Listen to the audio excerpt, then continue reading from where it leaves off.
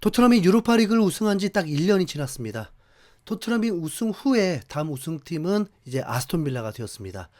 아스톤 빌라를 보면 꼭 토트넘의 데스크라인 시절에 전성기 때를 보는 듯한 느낌이 드는 건 저만 그런 건 아닐 겁니다. 아스톤 빌라가 하위권을 전전긍긍하던 구단이 갑자기 몇 년째 토트넘보다 높은 순위를 하고 있는 건 오로지 감독 때문입니다. 아스톤 빌라의 감독은 에메리 감독입니다. 유로파리그 우승 제조기라고 불리는데 역시나 이번에도 아스톤 빌라가 유로파리그에 나가니까 우승을 해버렸습니다. 에메리 감독은 벌써 통산 5번째 유로파리그 우승입니다. 에메리 감독이 명성이 높아진 절정기는 바로 아스날 감독을 맡았을 때입니다. 에메리 감독의 아스날 성적은 2018년에 아르센 벵거의 후임으로 부임해서 78경기 43승 16무 19패를 기록했고 아스날을 19년 만에 유로파리그 결승까지 올려놓았습니다. 리그에서는 5위에 머물렀지만 유로파리그 결승에서 첼시를 만나서 1대4로 대패하면서 준우승에 그쳤습니다. 그런데 아스날 구단에게 에메리 감독은 내쳐졌습니다. 2019년 11월 리그 7경기 무승에 홈에서 프랑크푸르트에게 1대2로 지고 나서 바로 다음날 전격 경질됐습니다. 전술적 역량 부재와 선수단 장악 실패 그리고 언어 장벽으로 인해서 선수들과의 신뢰를 쌓지 못한 것이 결정적인 이유였습니다. 그러니 아스날에 반감을 가질 수밖에 없겠죠. 에메리 감독은 아스날에서 경질된 후에 스페인 라리가의 비아레알을 맡아서 20-21 시즌 유로파리그 우승을 차지하면서 다시 한번 건재함을 증명했고 그 성과를 바탕으로 아스톤 빌라를 맡게 된 것입니다. 아스톤 빌라가 2022년 10월에 에메리 감독을 선임했는데 그때 당시에 토트넘은 콘테 감독이 맡고 있었던 시절이고 3위를 달리고 있었을 때라서 에메리 감독을 데려오는 건 불가능했던 상황입니다. 그러니 감독 잘 데려온 아스톤 빌라가 부럽죠. 그랬다면 손흥민이 더 오랫동안 남지 않았을까요? 손흥민은 최근 미국에서 인터뷰를 했었는데 미국 축구가 유럽 5대 리그와는 비교가 안 되는 수준이라고 인정했습니다. 하지만 그들만의 레벨 안에서 경쟁이 치열하고 흥행하고 있는 것에 만족해 하고 있었습니다. 수준이 낮다 보니까 피해는 손흥민이 지금 다 보고 있는 상황이죠. 토트넘은 가까스로 감독을 교체하면서 그래도 이제 강등 탈출 분위기를 만들어내고 있습니다. 2승 2무 2패. 마지막 한 경기만 승리하거나 비기면 자력으로 잔류 확정이 됩니다. 그런데 토트넘 입장에서 이렇게 긴박한 상황에서도 팀 분위기를 흐리게 하는 인간이 있습니다.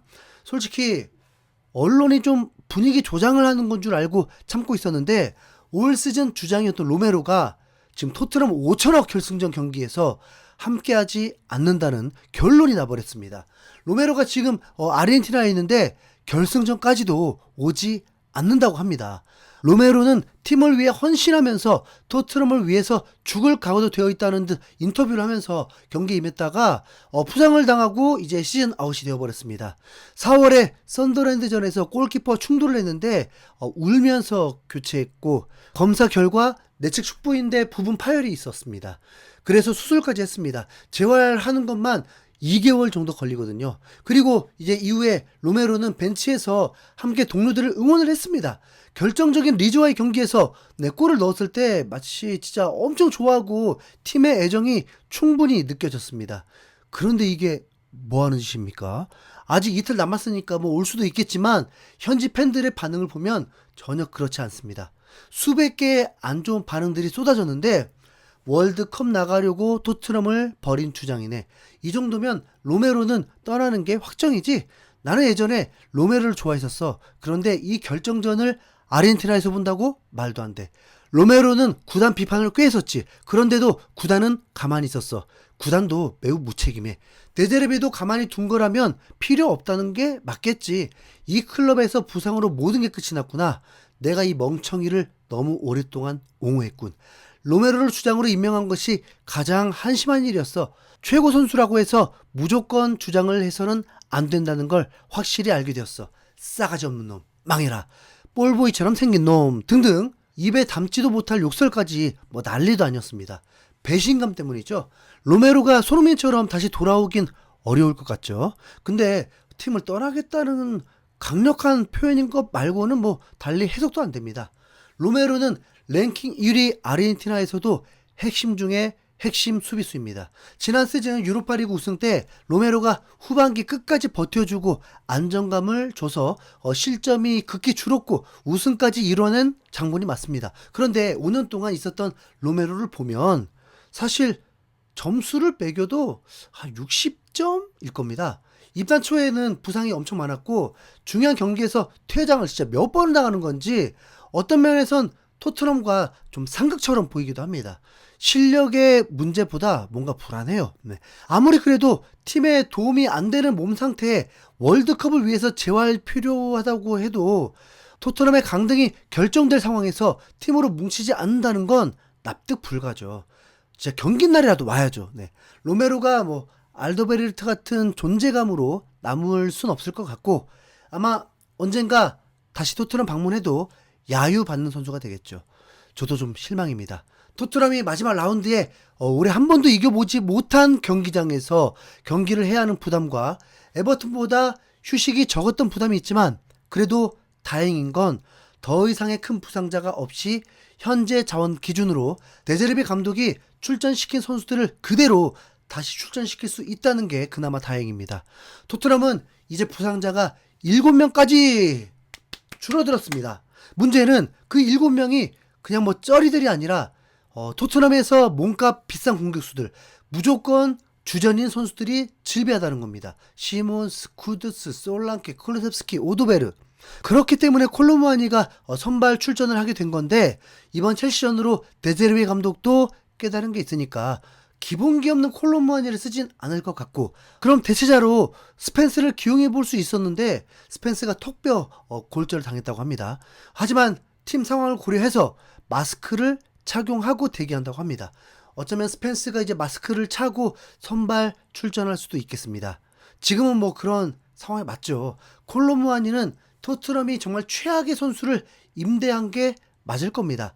아스날 게시물에 좋아요까지 달았다고 하면서 토트넘 팬들의 분노를 샀는데 뭐 이게 또 가짜일 수도 있다는 추측도 있는데 최소한 댓글만 봐도 콜로무아니는 모두가 원하지 않고 있습니다. 그러다 보니 왜 마이키 무어와 존슨을 떠나 보냈냐는 후회의 목소리들이 들려왔습니다. 이런 사태가 일어날 줄은 꿈에도 몰랐겠죠. 지금 이런 상황에서 에버턴의 팬들은 어떤 분위기인지 한번 알아봤는데요. 한 에버턴 팬이 마지막 38라운드 토트넘 에버턴 경기에 대해서 어떻게 생각하냐고 질문을 던졌는데 우선 18-19 시즌에 실제로 경기를 했는데 자 2대2로 비어섰고 패배가 더 많았습니다.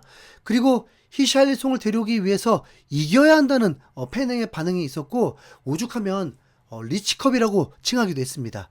에버턴에서 히샬리송 이미지는 굉장히 좋네요. 네. 그리고 에버턴 자체가 이 어중간한 팀이다 보니까 부정적인 사태의 팬들이 대다수였습니다. 그래서 토트넘에게 패배할 거라는 그런 예상으로 자기 팀을 두둔하는 분위기는 아니었습니다. 그리고 확실한 건 토트넘이 빅6는 맞지만 빅클럽은 절대 아니라고 합니다. 네. 마지막 38라운드 에버턴에게는 엄청 중요한 경기로 여겨지지 않는 것 같습니다. 개인적으로는 이럴 때는 그냥 사사이가 어떨죠? 네. 토트넘은 지금 미드필더들은 꽤 있거든요. 사사이라면 킨스키 골키퍼, 포로, 단소, 반더벤, 우도기, 발리냐, 갤러거, 벤탄쿠르, 사르, 히샬리송, 텔. 네. 만약 기존 전술 그대로라면 킨스키 골키퍼, 포로, 단소, 반더벤, 우도기, 발리냐, 갤러거, 벤탄쿠르, 스펜스, 히샬리송, 텔. 네. 이렇게 예상해 볼 수 있을 것 같습니다. 토트넘 잔류 화이팅. 네. 로메로 안녕. 이상 흰수염고래였습니다. 감사합니다.